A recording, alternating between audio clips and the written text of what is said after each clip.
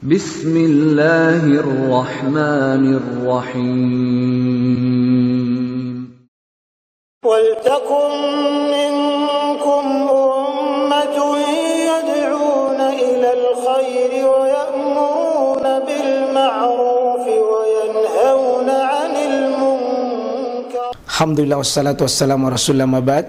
Allah berfirman, wajahidu bi amwalikum wa anfusikum. Berjuanglah kalian, berjihadlah kalian melalui hartamu dan dirimu. Hampir semua ayat-ayat berjuangan dan pengorbanan itu dimulai dengan bi amwalikum, harta kalian, harta kalian. Saya mengajak secara praktis dan kami sudah buktikan. Rp1.000 itu bisa luar biasa dahsyat. Bisa beli mobil, bisa buat kuburan, ya, bisa membangun masjid. Uang 1.000. Mari kita satukan uang 1.000 kita. Nanti kami jemput di rekening ini, insya Allah bisa kita buat. Di rekening ini insya Allah kita buat sebuah kekuatan umat dengan Rp1.000. Rp1.000 dahsyat. Assalamualaikum warahmatullahi wabarakatuh. Mohon ini yang santri-santri tak tolong aja angki. Meskipun laki-laki, sama-sama laki-laki.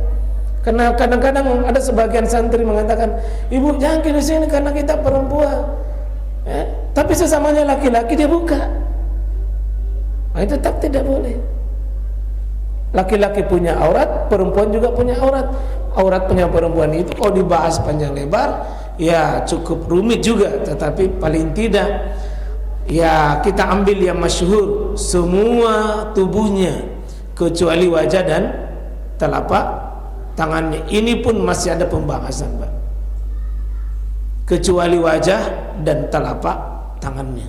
Ini dulu yang norma-norma. Maka kaki itu tetap termasuk aurat bagi ibu. Aurat itu, kaki itu aurat. Di atasnya kaki tumit aurat. Apalagi betis itu aurat. Karena ada sebagian ibu-ibu pakai kudung, pakai kudung, tapi itu dasternya setengah betis. Baru nak pakai pergi beli sayur di depan rumah, nak bilang penjual sayur ji. Dikira itu penjual sayur. Penjual ikan ji. Tidak. Harus diperhatikan. Dan ternyata pakaian itu, Pak, mengantarkan derita. Siapa derita? Siapa derita?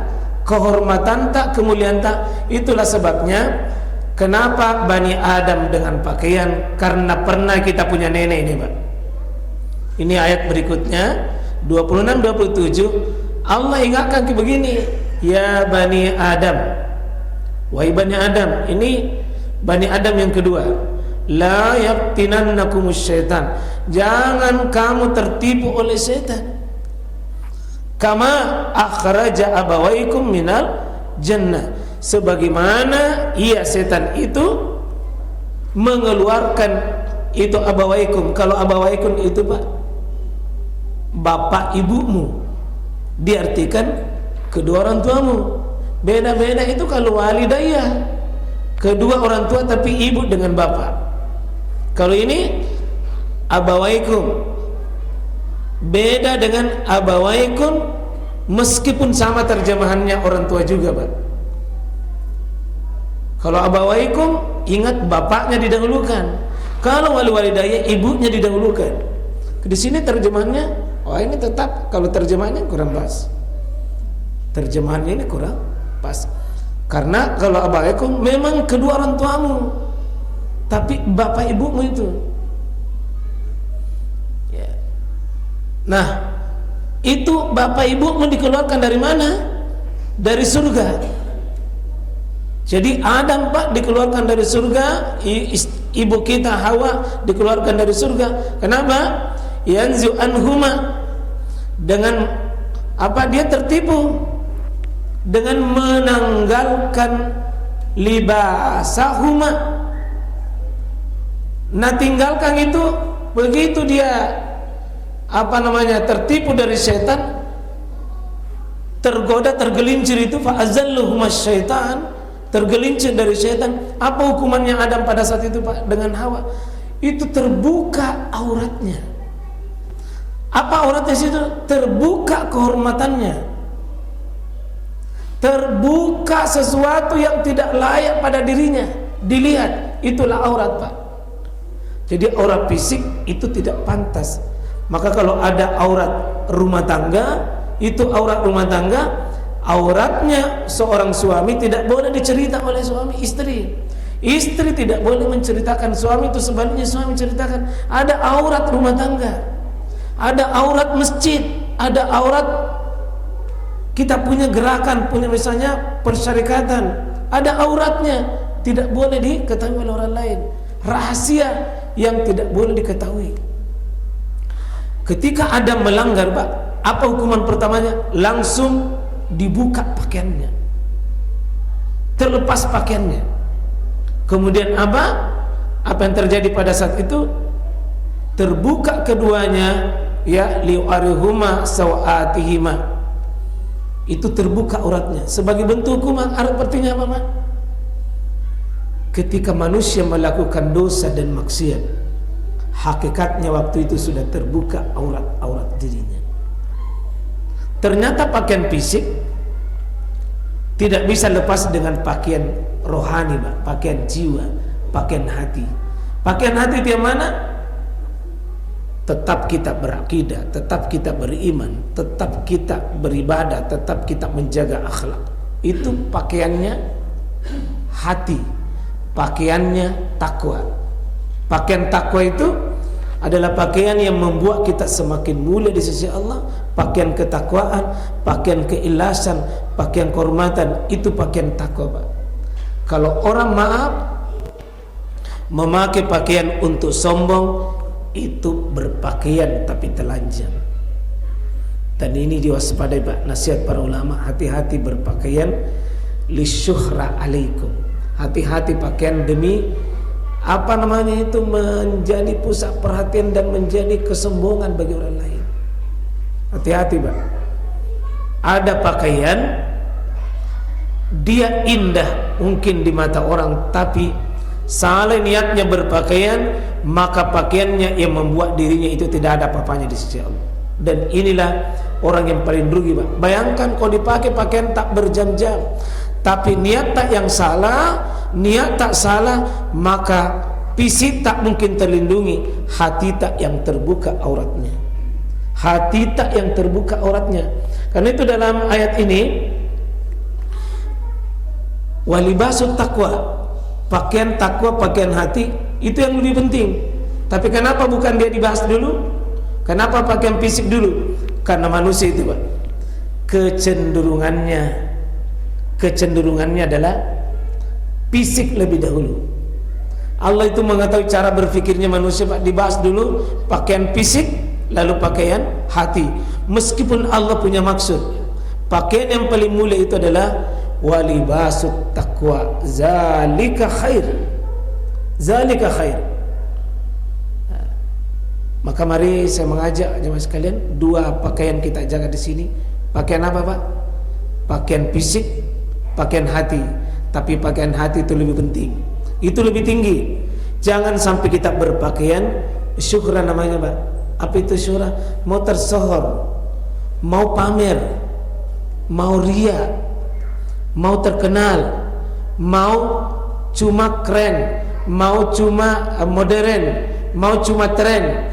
Maka Bapak Ibu morong, mari kita berpakaian-pakaian itu bukan cuma sekedar tren, bukan cuma sekedar gagah dan cantik tampil, bukan itu. Tapi kita punya fokus, walibasut taqwa zalika khair.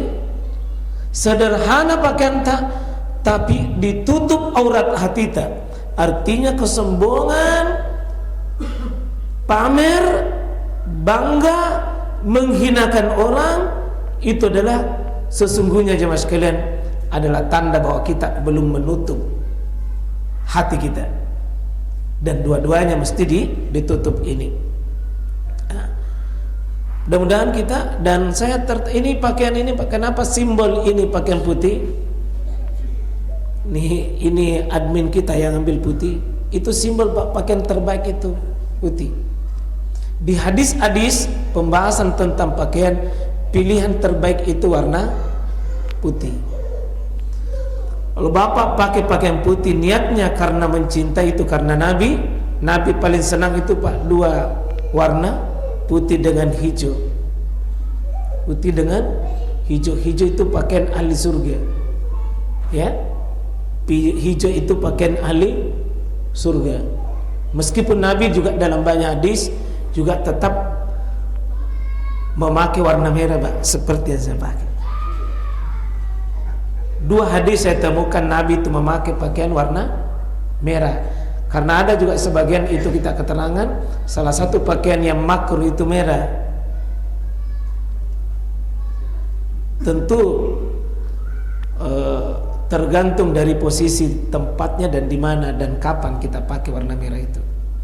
Nah, intinya pakaian sesungguhnya ya sekalian, warna, model, bentuk itu kembali kepada kita. Tidak ada aturan tertentu itu bagaimana model pakaian. Yang pokok, satu menutup aurat, yang kedua memperhias dan memperindah. Karena itu kalau Indonesia suka warna batik, warna model-model batik. Kalau Arab Saudi dengan Timur Tengah suka warna apa? Suka pakai model apa? Pakai apa ya? Yang mana yang sunnah? Dua-duanya sunnah. Yang gamis sunnah, yang batik juga sunnah. Karena sunnahnya itu ya sama, itu yang ditekankan oleh Nabi. Tidak ada petunjuk Nabi khusus tentang gamis, Pak. Silakan carikan di mana. Tidak ada petunjuk Nabi khusus. Itu pilihan. Ada juga saya pernah ditegur sama teman-teman itu yang kajian-kajian itu, Ustaz, kita tidak pernah pakai gamis. Bilang, tidak cocok saya pakai gamis karena saya orang pendek. Tidak cocok. Tapi kalau saya pergi di Mekah, di Madinah, semua baju gamisku itu ku pakai, ku bawa tongi. Itu pilihan. Pilihan. Ya. Jadi yang seandainya Nabi Pak kira-kira kalau datang di Indonesia, saya kira bukan pakai baju gamis itu. Saya kira Nabi itu pakai baju batik itu. Ya. Menyucikan. Ya. Ya, yang penting menutup auratnya. Soal model itu terserah. Yang dilarang pakaian itu satu, pendek. Jadi misalnya kalau dia berdiri begini, maaf, yang baju kos itu, ada yang biasa baju begini. Begitu pas, begitu rukuk, entar tarik, naik ke atas, yang lain satu lari ke bawah. Apa yang nampak dari belakang? Belahan dua. Ini rusak. Ada juga panjang sekali, panjang, tapi ternyata tipis. Dilarang. Ada juga yang tebal tapi membentuk bagian depan, membentuk bagian belakang. Berarti itu bukan menutup aurat, membungkus tubuh. Nah, demikian juga ibu-ibu. Ibu-ibu, maaf kalau menutup aurat, bukan yang membentuk-bentuk itu model-model. Pakai. Karena itulah sebabnya standar pakaian hijabnya itu, dada itu menutup dadanya, karena di situ yang paling rawan itu untuk ditutup itu. Kalau pakai jilbab tapi tidak menutup dada ya Pak, rawan sekali itu terbuka aurat.